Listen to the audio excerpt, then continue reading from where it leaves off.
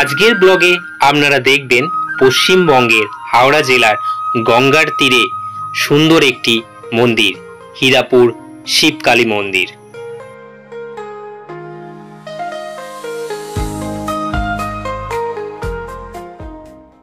চলে এসেছি আজ পশ্চিমবঙ্গের হাওড়া জেলার হীরাপুর শিবকালী মন্দিরে।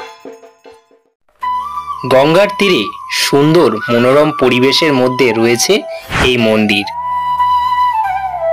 মন্দিরের দেওয়ালের গায়ে খুব সুন্দরভাবে মহাদেবের মূর্তি ফুটিয়ে তোলা হয়েছে। হীরাপুর শিবকালী মন্দিরে আপনারা কিভাবে আসবেন? হাওড়া স্টেশন থেকে মেদিনীপুরগামী যে কোনো ট্রেন ধরে চলে আসুন নলপুর স্টেশনে। 3 নম্বর প্ল্যাটফর্ম থেকে এই দিকে যে রাস্তাটা আপনারা দেখতে পাচ্ছেন এখান দিয়ে যেতে হবে, অথবা ওভারব্রিজ থেকে এখান দিয়ে সোজা একটা নলপুরের বাজার দিয়ে রাস্তা চলে গেছে, সেই দিক দিয়ে যেতে হবে। আপনাদের সবটা দেখিয়ে দেবো, সঙ্গে থাকুন।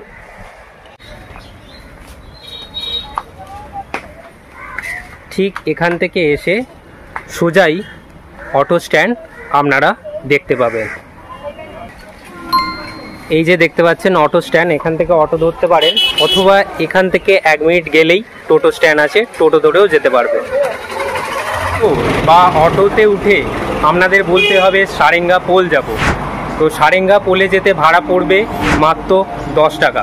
এই যে দেখতে পাচ্ছেন এখানে টোটো স্ট্যান্ড আছে, এখান থেকেই টোটো ছাড়বে, আপনারা সারেঙ্গা পোলে যেতে পারবেন।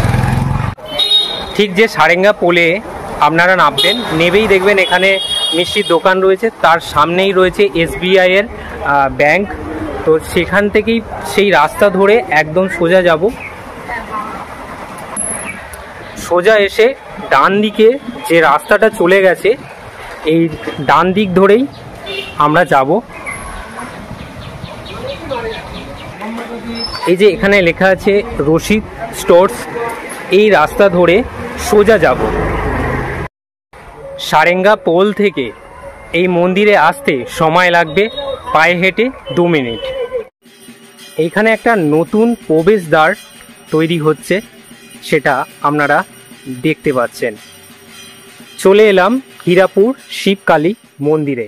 মন্দিরের সামনেই আছে একটি প্রতীক্ষালয়। এই মন্দিরে আছে মোট 3টি মন্দির। মন্দিরে প্রবেশ করে প্রথমেই পড়বে বড় বাবার মন্দির। বড় বাবার মন্দিরের সামনেই রয়েছে নাট মন্দির। নাট মন্দিরের একদম পরেই হচ্ছে শিব মন্দির। মন্দিরের উপরিভাগের গায়ে শিবলিঙ্গের দুপাশে রয়েছে নাগ দেবতা এবং ওমকার এখানে চিহ্ন করা রয়েছে। এই মন্দিরটি একসময় এত সুন্দর ছিল না। 2014 সালে সন্দীপন নস্কর এই মন্দির পুনর্নির্মাণ করে এত সুন্দর রূপ দিয়েছেন।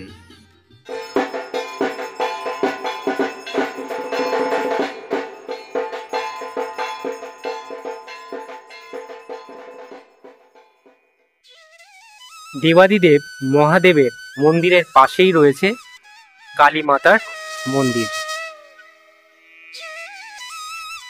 কালী মাতার মন্দিরের দ্বারের সামনে রয়েছে মা সারদা দেবীর মূর্তি এবং তার ডান পাশে রয়েছে রামকৃষ্ণের মূর্তি।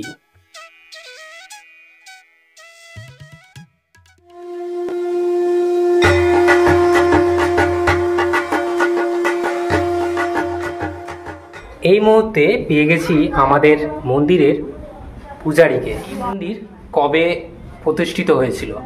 এই মন্দির, মায়ের মন্দির প্রতিষ্ঠা হয়েছিল 1411 সালে। 1411 সালে মানে এই যে মা প্রতিষ্ঠা হয়েছে। হ্যাঁ হ্যাঁ, মায়ের যে প্রতিষ্ঠা 1411 সালে। 11 সালে, আচ্ছা আচ্ছা।